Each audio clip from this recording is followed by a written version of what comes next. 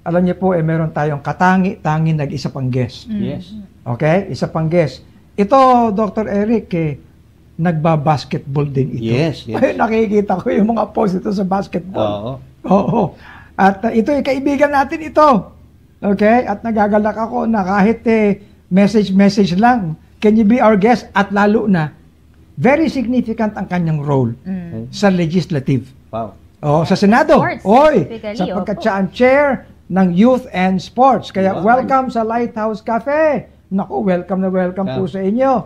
Senator Bongo. Ayan, welcome po. Magandang gabi po, Bishop Ruben Abante, and of course, Ma'am Reza, Dr. Eric Torres. At Yes. sa lahat po ng tagapakinig ng Lighthouse Cafe TV Talk Show. Ayun, Kape mo dyan. napakaganda. Sana nandito ka personal para matikman mo yung kape namin. Soon po. Sige po, imbitahan mo ako dyan. Nainggit ako sa kape ninyo. Pakipatimpla nga ako ng kape. Senator, bumati ka muna sa ating mga nanonood ng Lighthouse Cafe. Go ahead, please. Sa lahat ng tagapakinig, tagatangkilik ng Lighthouse Cafe TV Talk Show, magandang gabi po sa inyong lahat, mga kababayan ko. Dito pa ako sa opisina. Yes. Ano po ako, hanggang gabi ako pong isa sa mga huling lumalabas dito sa opisina ko sa Senado. Oy, kahanga-hanga yan. Well, Senator Bongo, naisip namin na imbitahan ka rito sapagkat ikaw chair ka, no? Ikaw yung nangunguna sa area ng youth and sports sa ating Senado. Yes. Opo, unang-una, bilang chairman po ng Committee on Sports sa Senado, ako po ang nagdi-defend ng budget nila ng PSC pag dinadala na po dito sa Senado. Una po yan sa Kongreso, sa lower house, dadalhin po yan dito. At sa mga nakaraang taon naman po, for the past 4 years sa pagdidepensa ng budget ng PSC, parati nating pinaglalaban ito. In fact, 2022, yung budget proposal nila na 200 million, naging times 6, parang naging 1.2 billion or more, no? Dahil kulang talaga yung budget ng PSC.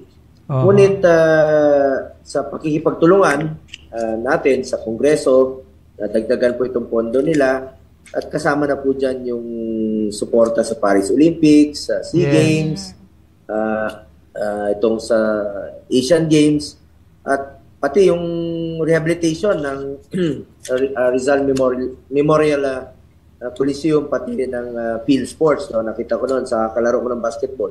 Nakita ko may tulo yung yung gym sa Ultra, yung field sports ngayon.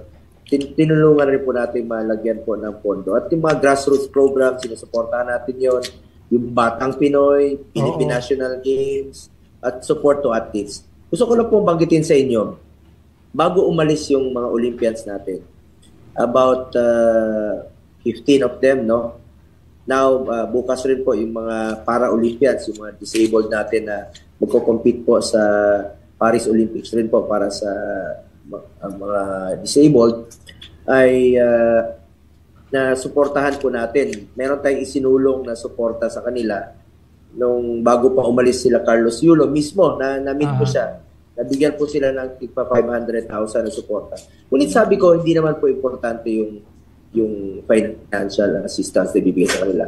Yung importante po dito, sinabi ko sa kanila na ibigay nila po ang lahat. Ang pinaalala ko sa kanila, minsan lang tayo dadaan sa mundong ito, kung ano pong karangalan na pwede nating dalahin sa ating bayan ay gawin na po natin. Dahil bihira po yung pagkakataon.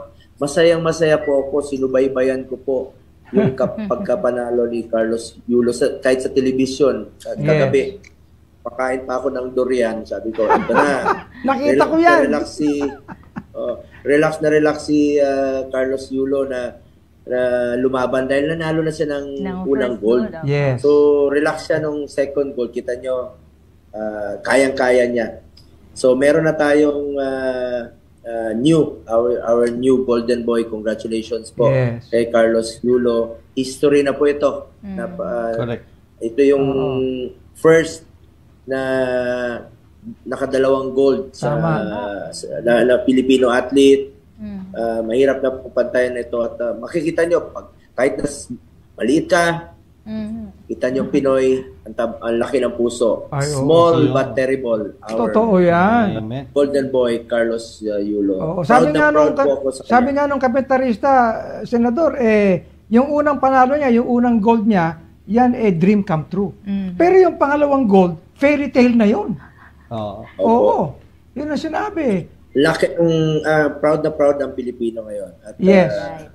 high moral natin ngayon, high Ay, spirits totoo. tayo.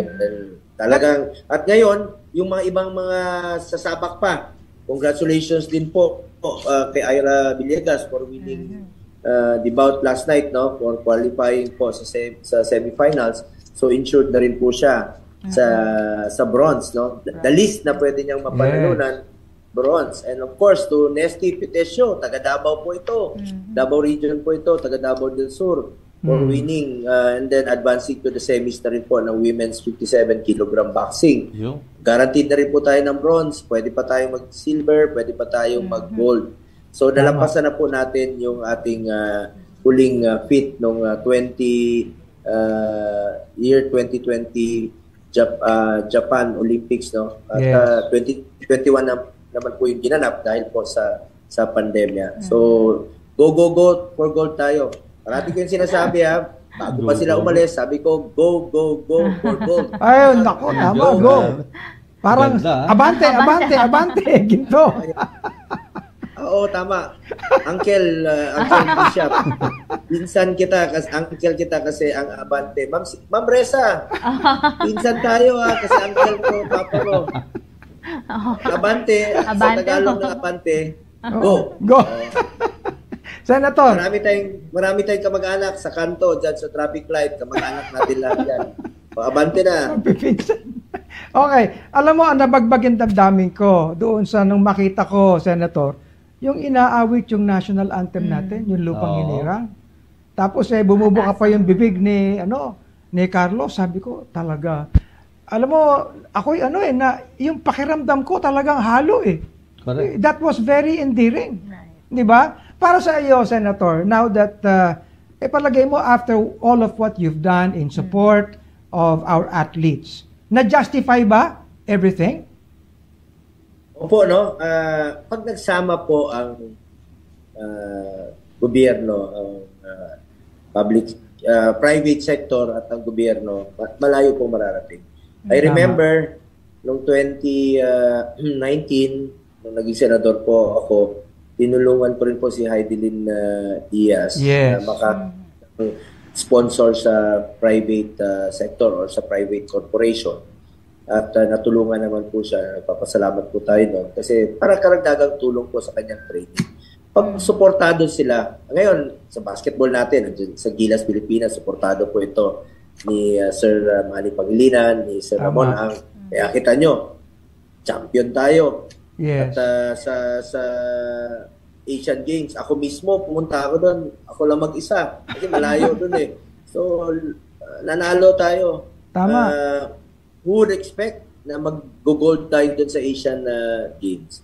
So, malayo na po ang mararating ng ating mga atleta. So, wala na po imposible. At saka, lumalakas na tayo eh. Tama. Hindi na po katulad dati na porket mali tayo. Hindi, iba na. Iba na ngayon. May kakayahan na tayo. Diyan si Obiena. Yes. Yan, potential medalist yan. Carlos Yulo, mga boxer natin, lumalaban na po. So, kahit na malili tayo, yung puso natin ay malalaki at lumalaban. At saka, magagaling na talaga tayo. Coaches natin, gagaling, nagtitrain sa atin. At suporta po ng gobyerno at suporta ng Very good. public, ng private sector. Para sa akin, Senator. Magtulungan lang tayo. Oo. Para sa akin, Senator, kasi ako naman maliit na tao rin ako Oo ito, mas malaki, matangkad sa akin to si Dr. Eric Pero ang isa dito napatunayan ni Carlos Yulo, kahit maliliit tayo, nabanggit mo na rin pwede tayong maging significant sa world sports. Magkakaroon ba ng adjustment ang ating approach dito? Kasi para sa akin, yung ating kakayanan, let's just realize what we are, anong stature natin, and then develop ourselves into sports, no? Na pwede talaga tayo may pag-asa. Magkakaroon ba tayo ng adjustment tungkol dyan? I'm sure yung mga ating training team, I mean, coaching staff, mga trainers ay gumagaling na rin talaga, nagkakaroon na talaga sila ng mga panibagong idea. Pakita nyo si Carlos Yulo, yung nag-umpisa siya sa pagkabata, yung pagtitraining niya. Tama. So hanggang ngayon na-develop niya, nakita nila yung potential, tinutukan talaga ng kanyang NSA, yung Gymnastics Sports Association niya. Congratulations pala kay Ma'am Cynthia Carion, no? Yes. Ito, very active rin po ito sa kanyang hinahawakang NSA. So, matagal na niya pinagmamalaki ito. Naalala ko, na-meet ko yan si Carlos Yulo 5 years ago. Sa presidente pa po si dating Pangulong Duterte noon. Ako naman, talagang full support po kami sa sports. Di pa ako senador noon. Kahit hindi po ako senador noon, athlete po ako. Naintindihan ko po ang pagiging isang atleta. Bata pa ako, mahilig na ako mag-basketball, naglalaro rin po ako ng soccer, softball, at iba pa, ping pong. So, talented po ang Pilipino. At importante rito yung grassroots program. Tama. Paitingin pa natin yung grassroots program. At isa po yan sa dahilan, nag-file po ako ng Senate bill at tapos na po, pasado na ito sa Senado. Yes, paki-present mo, Senator. Ito pong Philippine National Games bill. So, pag naisa batas po ito, magkakaroon po tayo ng semi-Olympics every 2 years po ito. Wow. Na maglalaro po ang ating mga atleta, no, sa iba't ibang parte ng bansa. Luzon, Visayas, Mindanao, pwede po sila mag-participate dito. Ito pong Philippine National Games Act, Senate Bill 2514. Hopefully, maging batas po ito at ako po ang principal sponsor at author nito. Ito po ay makakaroon tayo ng comprehensive framework for a national sports program by combining grassroots sports promotion with a broader agenda of national sports development. Dito rin natin makikita ang mga potential world-class athletes. Yes. At dito po yung mga iba't ibang probinsya, lungsod sa buong bansa. At ito po yung 18 years old and above. So yung walang limit po rito. Halimbawa, chess player ka, magagaling, talented na chess player, kahit 60 years old ka na, pwede kang sumali dito. So, marami pa tayong pwedeng ma-discover. Ngunit ako po'y naniniwala na mula po sa grassroots program, dyan talaga natin madidiscover at tuloy-tuloy na suporta. Aside from that, gusto ko rin po banggitin, isa rin po ako sa author at co-sponsor ng National Academy of Sports. Ano po ito? Meron po tayong eskwelahan sa New Clark City. Remember, 2019, meron po tayong Southeast Asian Games na tayo po ang host dito. Tama. Di ba may mga pasilidad, merong mga swimming pool, track and field. So ang ginawa natin, nag-file po tayo ng bill, batas na po ito, National Academy of Sports under DepEd. Yung mga athletes natin na gustong mag-aral at the same time mag-training, pwede. Walang masasakripisyo. Dahil pwede nang pagsasabayin ito. Doon po ito sa National Academy of Sports sa New Clark City. Nagmotor kami dyan, Senator. Nagmotor kami, papuntang New Clark City. Okay. At so, dapat po pwede mapakinabangan ito. Meron na mahigit 200 scholars, mga student athletes na nandun po sa National Academy of Sports. Yan po yung mga isa sa mga programa na isinusulong po natin na para matulungan po yung mga student athletes natin. Very good. Maraming salamat, Senator. Ang mga nagko-contribute dito, Senators, kung ba't ganyan ng performance ng ating mga athletes, unang-una, sinabi mo na, lahat nagtutulungan. Yes. Diba? May government, may private sector. Pati kaming simbahan, dapat naririyan. Opo, lahat tayo magtulungan. Basta tayong Pilipino nagtutulungan, wala pong imposible. Pag nagsama-sama tayo, correct. Ito yung panahon na magkaisa po tayo, walang politika. nakaka-proud po na manalo yung ating Filipino athletes. Alam nyo, sabi ko nga, bago pa sila umalis, a month prior, meron po ako isinulong, no, na wala pang nanalong gold nito, wala pang nanalo ng medal. Isinulong natin na mabigyan sila ng financial assistance through PSC. Yes. Bigyan po sila ng tigpa 500,000. Kasama na dyan sila Nesty Petesio, Ergie Bacyadan, Ira Villegas, Yumir Marshall, Carlo Paalam. Congratulations din po sa kanila for giving their best, no, kahit hindi nanalo. Pero you made us proud as Filipino. Sila Vanessa Sarno, Jan Sinisa, Elren Ando for weightlifting na tulungan rin po. Carlos Yulo na nabigyan rin po. Alea Fainegan, Levi Jung, Emma Malubuyo for gymnastics, Johnny Delgaco for rowing, Samantha Katantan for fencing, and EJ Obiena for pole vaulting. At pati po yung mga para Olympians natin na magpa-participate ay mabibigyan rin po ng financial assistance. Very good. Maraming salamat, Senator. At kahit sa maikling sandali, napaunlakan mo kami. Maraming salamat. Salamat po. Cheers pala tayo sa... Cheers! Kape! Ito na. Kape. Cheers sa kape! Patimpla na po ako ng kape dito para ako po nakikiisa sa inyong... One last question. Yung bang durian nakakatulong sa pagiging athlete? Medyo depende po, no? Minsan merong ayaw kumain ng durian. Ayaw nyo ng durian talaga mismo.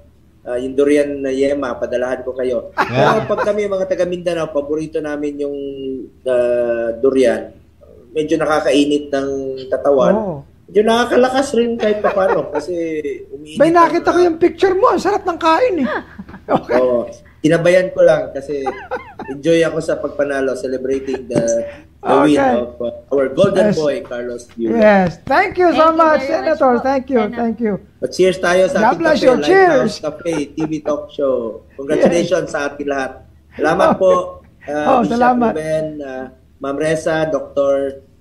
Eric Torres, salamat po. Magandang gabi po sa lahat na nakikinig, sa mga kababayan kong Pilipino. Maraming salamat. Thank you. Mahal din namin kayo. Okay. Magaling. Oo. Lalo na, lahat ng suporta. Nagustuhan ko yun It's actually now, lahat dapat nagtutulungan.